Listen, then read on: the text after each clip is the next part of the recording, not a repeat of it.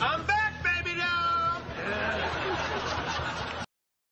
Okay, people, I finally got around to doing my thing here.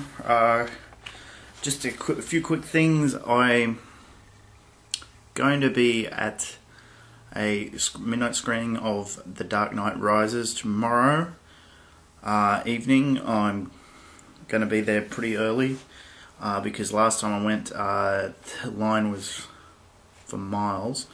Anyway, so I'm just letting everyone know that, and I'm going to try the minute I get back to at least get a video out there with my thoughts on the movie The Dark Knight Rises. I'm just gonna try and put it up there, and it's not gonna be a review, it's just gonna be my thoughts on the movie, what I thought of it. And okay, let's move along here. I did not come up with this idea on I came across a video where someone mentioned that someone else did this.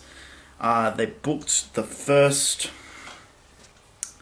three-hour pay-per-views that TNA did: Victory Road, Turning Point, and Final Resolution from 2004, and I think 2005 was Final Resolution, without Scott Hall and Kevin Nash. And well, I've added have taken out Scott Hall, Kevin Nash, and Macho Man Randy Savage. I did keep DDP because I just like DDP. And there might be a few other people missing in these three pay-per-views, but I've cut some matches out, put some matches in, changed some opponents for some people, but mostly I've kept a lot of Victory Road intact. I just changed a few minor things around here. So let's just get Victory Road out of the way really quick, because not a lot has changed in that. Okay. And here we go. We've got 20-man gauntlet, and Hector Garaz still wins. That still goes pretty exactly the way it did, because it was a great gauntlet. I love these things. I wish TNA would bring them back for big pay-per-views like this.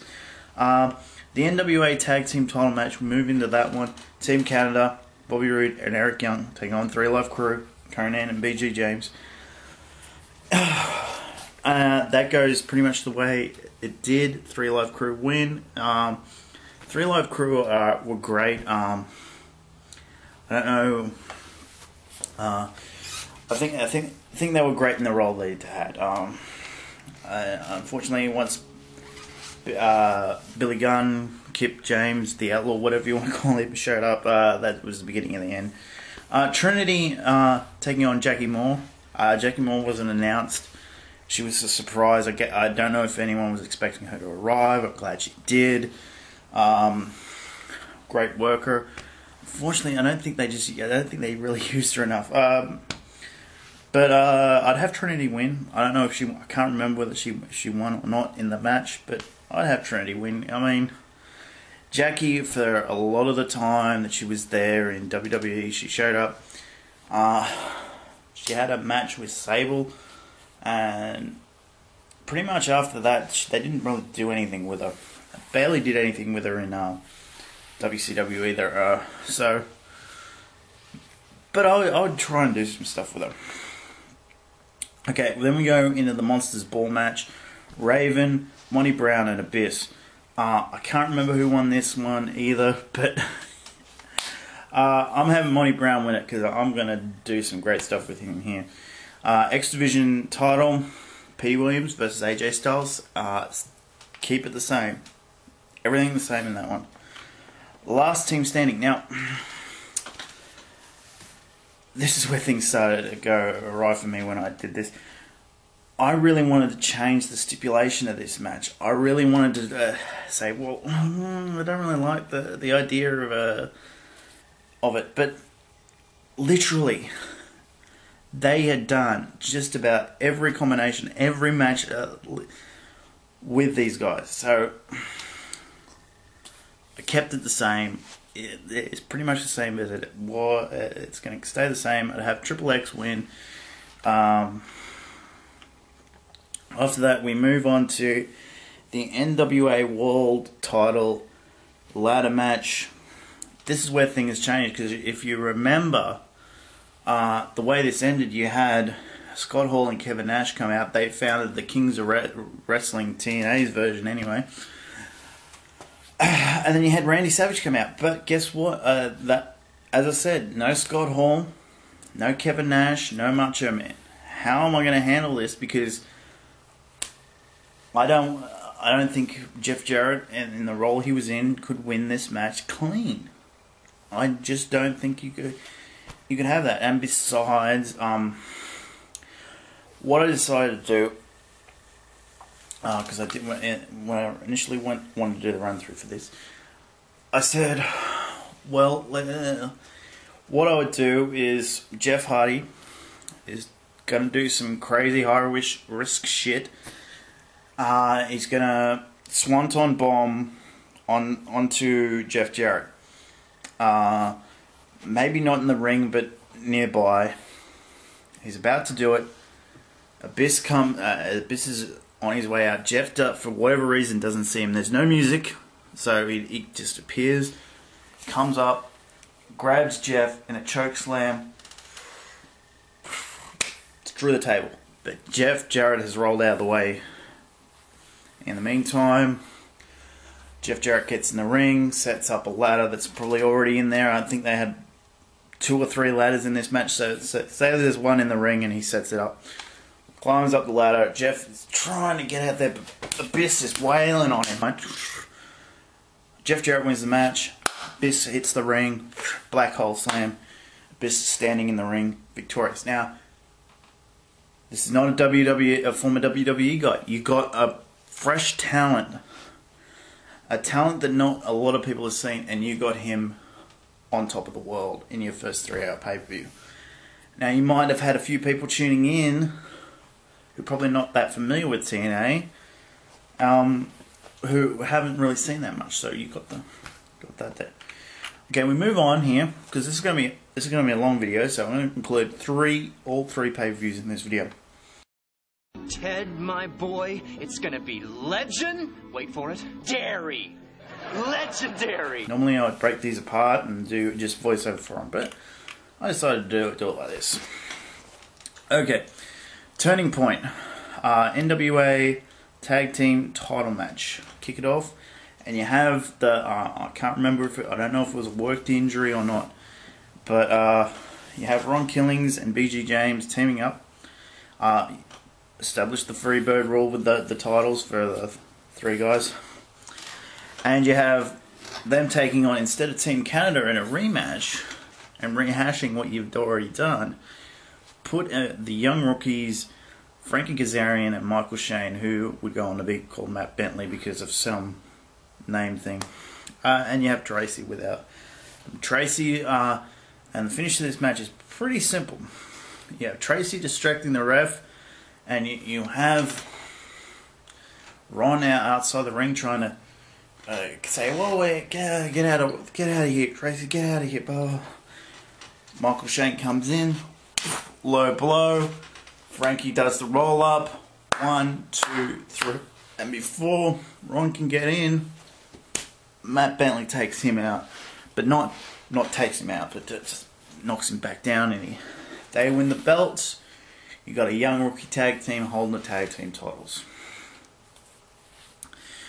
Okay, then we go on to a match I've just created because I like these 2 people. Eric Watts. I know I'm going to cop a lot of flack. Oh no, that guy's crappy. I liked his gimmick in TNA, and again, I'm not pushing him to the moon. He's in a mid-card spot. He's in the 2nd match, and you have him taking on Bobby Roode. Coach D'Amore, he's got the hockey stick and he's waving it around, turns around, whack, hits Eric Watts in the head. Bobby has got the referee distracted. He's just getting up. He's still got his back. Wham! Northern Lariat.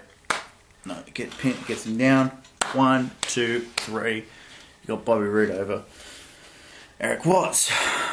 Okay, now this is where I get a little bit more detail. Okay, after we have the gauntlet on the first Impact back. Now I don't know if Hector can speak English, but okay, let's say he can. He can muddle away through. He starts a makeshift tag team with AJ, and they're the phenomenal ones or something. Double X, whatever you want to call them. But basically, it's Hector Garaz and AJ Styles, and they've started a tag team. They've got a few wins, but then you have them just run up against Kid Cash. You bring up the fact that AJ and Kid Cash had this awesome match. They got the guy Dallas who is Lance Hoyt, or Vance Archer, whatever you want to call him. And it's announced that the next tag team that they're going to take on is Kid Cash and Dallas, former tag team champions. And you build this up in a way that you like have AJ putting over Hector Garza, saying, "Oh, he's a phenomenal talent, great. I haven't had a better tag team partner, and I've had my fair share of tag team partners." And you have Hector Garza get the win here because at the time they were trying to put him over. But knowing now what I know, unfortunately, after this, you don't see any more of him.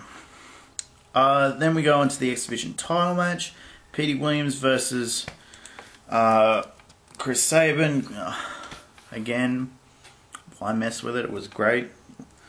You have Petey get the win here. Okay, and then we start to get into our main events. Okay, you got DDP, who's made his debut in pretty much the same way as you had him debut in the first place, and it's a straight up wrestling match. No, this is not Raven's rules. It's just basic match. You have, and I don't know what the deal was with this first time around when it happened, but you have DDP not get the win here, but you have Raven get the win because, again, last time anyone saw DDP, he was in the mid card in WWE. And you want to put over your talent first before you have the incoming talent go over the other ones. And yeah. Then we have our street fight. Jeff Hardy wants his revenge on Abyss because he can't. He's like, oh, I haven't got. I can't. I want my rematch, but yeah. Dusty says no. You got before you get your rematch, Jeff, because you had a number of title shots against Jeff Jarrett in the first place. You've had your matches. First, you're going to go through Abyss. You've got to go through Abyss, or you have Jeff Hardy say, well, if I can't get Jarrett, I want Abyss. You can do it one of those two ways. You can have Jeff Hardy say that he wants Abyss because he can't get Jarrett. But yeah. But Abyss wins. I know hitting Jeff Hardy back-to-back pay-per-views sounds horrible, but I've got to do this because we've got I've got to think long term. 6 sides of steel, and again, this was a great match. Why mess with it? 6 sides of steel, America's Most Wanted versus Triple X. The last time ever. Whoever loses, they can't go over. You know the story. AMW wins. Again, why change it? Yeah, I'd even let Elix do the thing that he did. Then we have our World Title match. Now, I have no doubt that this probably wouldn't be able to go over the match before it. The match before it's going to be great. Well, unfortunately, my rule of thumb is World Heavyweight Title got to be in that main event spot. Jeff Jarrett versus Monty Brown. Monty Brown gets the win. I'm establishing this is what they should have done. Put the belt on Monty. Homegrown talent. And if the worst were to happen, just take it off in the next month. Whatever. but let's say that he's a good champion anyway. Alright, and that's the main event. So, and then we move on to Final Resolution, people. Fatality. Final Resolution, pretty easy. Here we go.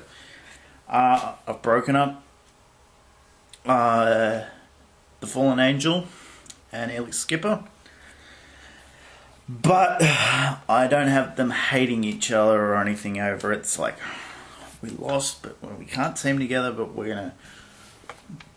they're still friends, so I've yet to put them against each other. So we have the Fallen Angel kicking off the show, taking on Sonny Siaki. Sonny wasn't doing a lot at this time, so I'm going to have him job out to Christopher Daniels, going to establish him, and I'm going to push him to that X Division title. Again, as far as the X Division goes, they did a great job with it this year, so why mess with it? Then we go on to a 6-man match.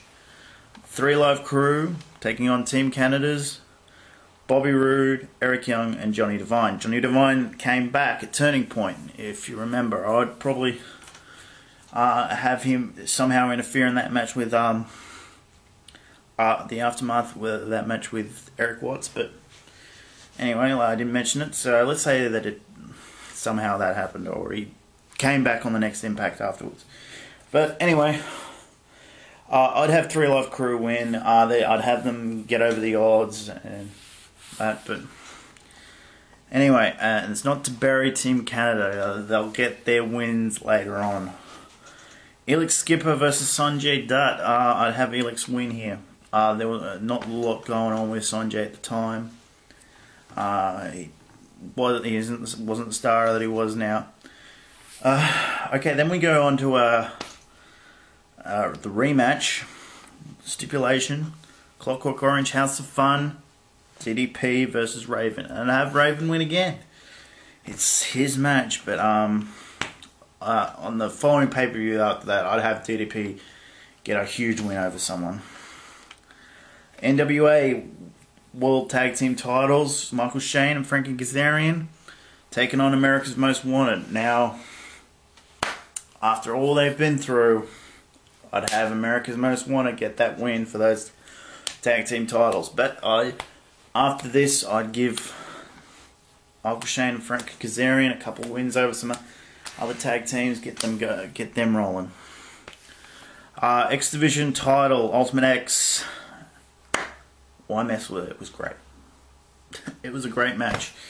AJ wins, same situation, same, everything just the same. That, as I said, as far as the X Division was concerned, the title picture for it at least was great. Why mess with it? Then we have our Four Corners main event. Monty Brown, Jeff Jarrett, Jeff Hardy, and Abyss. Four Corners match. And you know what I would do? Have this be sudden death, the following month rematch elimination style. That's simple. Anyway, and I'd have Monty win. He'd get a pin on Abyss. Following month, it'd be elimination style, and I don't know what I'd do after that, but as I said, those are three pay-per-views. That's how I'd book them. And yes, I'll try and get tomorrow night, say 3 a.m. day after tomorrow. I'm going to try and get a video up and give you my thoughts on the Dark Knight. 4 a.m. at the latest. Stay tuned. That's Australian Eastern Standard Time. Stay tuned. You may have to wait, but I will have my thoughts on the Dark Knight not tomorrow morning, the morning after. So stay tuned. There will be a video up for that. Thank you.